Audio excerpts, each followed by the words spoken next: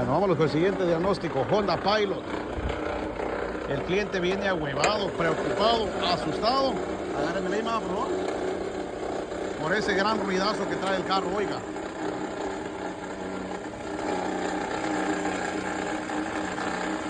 ¿Ya lo han checado o no? ¿Ya te lo han checado o todavía no? ¿No lo han diagnosticado todavía por eso?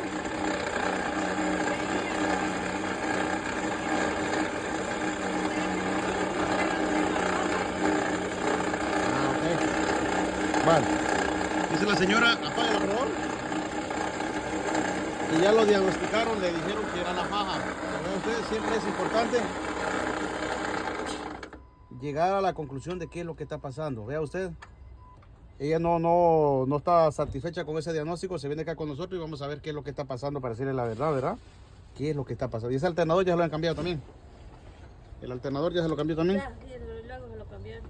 Ok, bueno.